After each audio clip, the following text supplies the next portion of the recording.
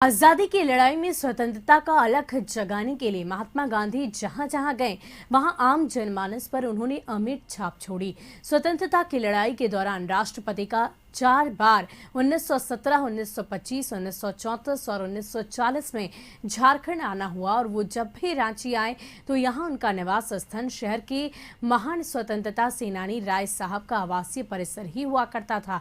गांधी जी की याद बापू कुटीर के रूप में सुरक्षित है।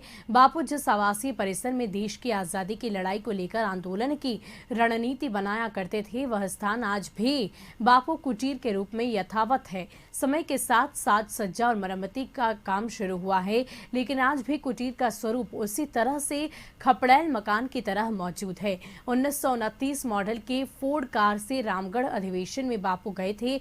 1927 में राय पहले नॉन ब्रिटिश थे जिन्होंने फोर्ड की यह मॉडल खरीदी थी। 1940 के रामगढ़ कांग्रेस अधिवेशन में गांधी जी 1927 मॉडल के जिस फोर्ड कार में बैठकर रांची से रामगढ़ गए थे, उस ऐतिहासिक कार को आज भी जायसवाल परिवार ने संभाल कर रखा है।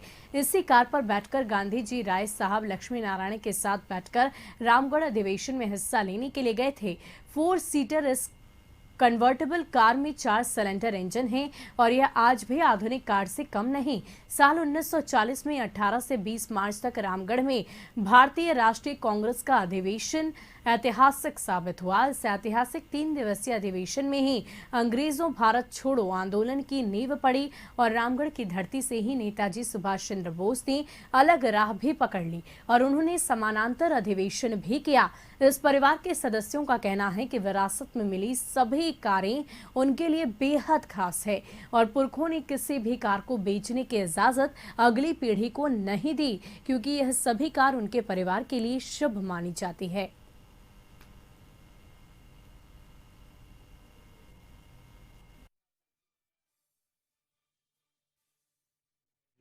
एक परदादा खेदन लाल जी यहाँ पे अंग्रेज़ों ने जहर दिया था 1932 में। उस टाइम वो ब्रिटिश सीनेट के मेंबर हुआ करते थे।